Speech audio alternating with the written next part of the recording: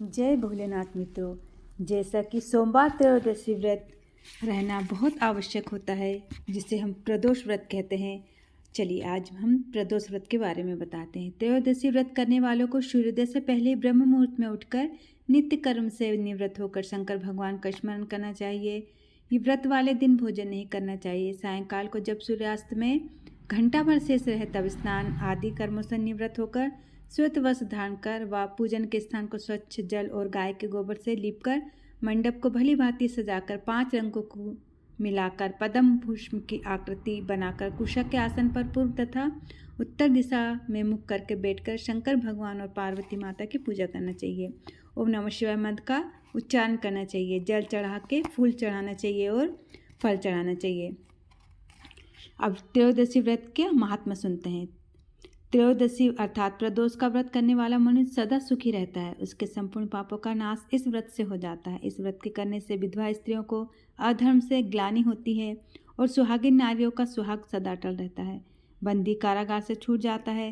जो स्त्री पुरुष जिस कामना को लेकर इस व्रत को करते हैं, उनकी वे मनोकामनाएं कैलाशपति शंकर पूरी करते हैं। सूत जी कहते हैं, त्रयोदशी का व्रत करने वाले को 100 गोदान का फल प्राप्त होता है। इस व्रत को जो विधि विधान और तन मन धन से करता है, उसके सभी दुख दूर हो जाते हैं। माता बहनों को कम से कम 11 त्रयोदशी या पूरे साल की 26 त्रयोदशी करने के बाद उद्यापन करना चाहिए। चलिए आज जैसा कि सोम त्रयोदशी है, सोम प्रदोष है, तो हम उसकी कथा सुनते हैं। सोम प्रदोष रहना बहुत ही लाभदायक होता है, जिससे भगवान शंकर हमारी मनोकामनाएं को पूर्ण करते हैं। चलिए सोम प्रदोष की कथा सुनते हैं। सूत जी बोले, हे ऋषिवरों, अब मैं सोम प्रदोष की कथा का वर्णन करता हूँ। इस व्रत के करने से शिव पार्वती प्रसन्न होते हैं। प्रातः स्नान कर शुद्ध पवित्र हो, शिव पार्वती का ध्यान करके पूजन करें और अर्घ दे। ओम नमः शिवाय इस मंत्र का 108 बार जप करें। फिर स्तुति करें, हे प्रभु, मैं इस दुख सागर में गोते खाता हुआ ऋण भार से दबा जा रहा हूँ, ग्रह दशा से ग्रसित हूँ, हे दयालु मेरी रक्षा कीजिए। सोनक आदि ऋषि बोले, हे पूज्यवर महामते, आपने यह व्रत संपूर्ण कामनाओं के लिए बताया है। अब कृपा करिए बताने का कष्ट करें कि यह व्रत किसने किया व क्या फल प्राप्त हुआ। सूत जी बोले, एक नगर में एक ब्राह्मणी रहती थी। उसके पति का स्वर्गवास हो गया था। कोई भी उसका धीर धैर्य न था, इसलिए वह सुबह होते ही अपने पुत्र के साथ भीख मांगने निकल जाती थी और जो भिक्षा में प्राप्त होता उसी से अपना और अपने पुत्र का पेट भरती थी। एक दिन ब्राह्मणी भीख मांग कर लौट रही थी तो उसे एक लड़का मिला। उसकी दशा बहुत खराब थी। ब्राह्मणी को उस पर दया आ गई। वह उसे अपने साथ घर ले आई। वह लड़का विदर्भ का राजकुमार था।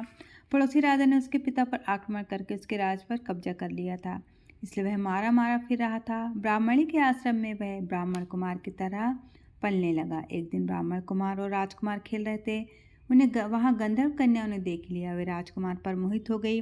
ब्राह्मण कुमार तो घर लौट आया, लेकिन राजकुमार अंशुमति नामक गंधर्व कन्या से बात करता रहा। दूसरे दिन अंशुमति अपने माता पिता को राजकुमार से मिलाने के लिए ले आई। उनको राजकुमार पसंद आया। कुछ ही दिनों बाद अंशुमति के साथ पिता को भगवान शंकर ने उन्हें आदेश दिया कि वह अपनी कन्या का विवाह राजकुमार से कर दें। फलतः उन्होंने अंशुमति का विवाह राजकुमार से कर दिया।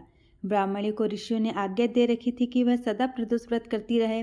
उसके व्रत के प्रभाव और गंधर्व राज की सेनाओं की सहायता से राजकुमार ने विदर्भ से शत्रुओं को मार भगाया और अपने पिता के राज को पुनः प्राप्त कर वहाँ आनंद पूर्वक रहने लगा। राजकुमार ने ब्राह्मण को अपना प्रधानमंत्री बनाया। राजकुमार और ब्राह्मण कुमार के दिन जैसे ब्राह्मणी के प्रदोष व्रत की कृपा से फिरे, शंकर भगवान वैसे ही दूसरे भक्तों के दिन भी फेरते हैं। तभी से प्रदोष व्रत का संसार में बड़ा महत्व है। सोनक ऋषि सूत जी से बोले, दया कर अब आप मंगल प्रदोष व्रत की कथा का वर्णन कीजिएगा। बोलिए श्री शंकर भगवान की जय। बोले गौरा मैया की जय। अब हमारी सोमवार प्रदोष व्रत कथा समाप्त हुई।